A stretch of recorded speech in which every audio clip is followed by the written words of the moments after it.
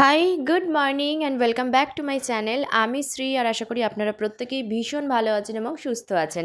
আর আজকে হচ্ছে আরও একটা ছুটির দিন।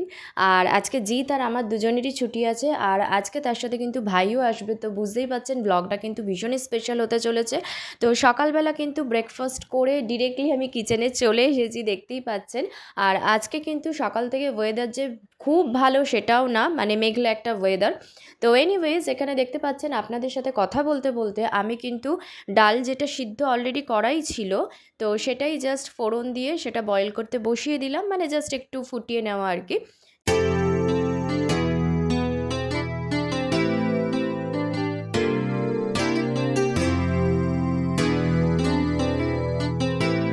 আমি টমেটো কেটে রেখেছি যেহেতু চাটনি বানাবো সেই কারণে। আর এখানে কিন্তু আলু আর ঝিঙে আমি কেটেছি, মানে ঝিঙে আলু পোস্ত দিয়ে একটা সবজি, মানে পোস্তর যে সবজি হয় সেটাই বানাবো। তো এই যে দেখতেই পাচ্ছেন ডাল তো ওদিকে আমার হয়েই গেছে। আর এখানে কড়াইতে কিন্তু আমি কালো জিরের ফোড়ন দিয়ে দিয়েছি। আর তার সাথে কিন্তু পুরো সবজিটাই, মানে আলু আর ঝিঙে পুরোটাই আমি একসাথে দিয়ে ফ্রাই করব। অ্যাকচুয়ালি আমি এইভাবেই করি, সবটাই একসাথে দিয়ে দিই, বা আলাদা আলাদাভাবেও করা যায়। তো বেসিক্যালি আমি এইভাবেই করি। এই যে কিন্তু আমি অ্যাড করে দিয়েছি আর খুব ভালো করে কষিয়ে নিয়েছি। আর সাথে কিন্তু পোস্ত আর কাঁচা লঙ্কাও পেস্ট করে অ্যাড করে দিয়েছি। সো চলুন, এটা তো ঢাকা দিয়ে দিলাম, এটার মতো হতে থাক। আপনাদের সাথে এখন ওয়েদারটা শেয়ার করে নিই। এই যে দেখতেই পাচ্ছেন আকাশ, বলেছিলাম যে সকাল থেকেই মেঘলা, আর কিন্তু একটু আগে বৃষ্টিও হয়ে গেছে, মানে হালকা একটু বৃষ্টিও হয়ে গেছে। তো সব মিলিয়ে বেশ ভালোই একটা ওয়েদার। তো এনিওয়েজ, এই যে দেখতেই পাচ্ছেন আবার আমি কিচেনে চলে এসেছি। এখানে টমেটোর চাটনিটা রেডি করব, তো সেই কারণে কিন্তু আমি পাঁচফোড়ন দিয়ে দিয়েছি। তো দেওয়ার পর কিন্তু টমেটো অ্যাড করে দিলাম, আর টমেটোটাকে নুন দিয়ে খুব ভালো করে আমি বয়েল করে নিলাম।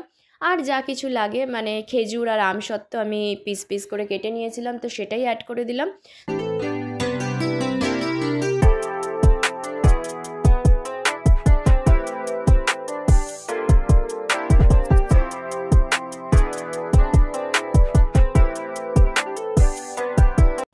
আর এই যে এদিকে দেখতে পাচ্ছেন আজকে যেহেতু মাছের আইটেম বানাবো, তো সেই কারণে এখানে পমফ্রেট মাছ আছে আর রুই মাছ আছে, যেটাকে কিন্তু খুব ভালো করে ধুয়ে নেওয়া হয়েছে।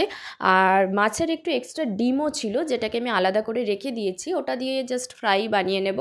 তো সমস্ত কিছু আমি খুব ভালো করে মাখিয়ে নিলাম মাছের মধ্যে। দেন দেখতে পাচ্ছেন যে আমি কিন্তু মাছ ফ্রাই করতে অলরেডি বসিয়ে দিয়েছি। আর আপনাদের সাথে গল্প করতে করতে আমার কিন্তু সমস্ত মাছ খুব ভালো করে ফ্রাই করাও হয়ে গেছে।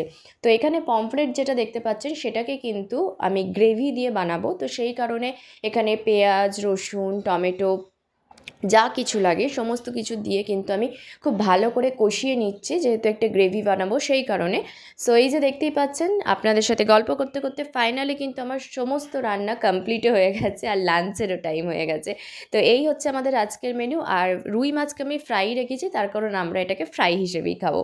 অ্যান্ড আফটার লাঞ্চ এখানে দেখতে পাচ্ছেন ডেজার্টে ছিল আইসক্রিম, আর তার সাথে ছিল কোল্ড ড্রিঙ্কস। সো চলুন আজকের ব্লগটাকে তাহলে এখানেই এন্ড করছি। দেখা হচ্ছে নেক্সট ভীষণ সুন্দর একটা ব্লগের সাথে। আপনারা প্রত্যেকেই ভীষণ ভালো থাকবেন এবং সুস্থ থাকবেন। বাই।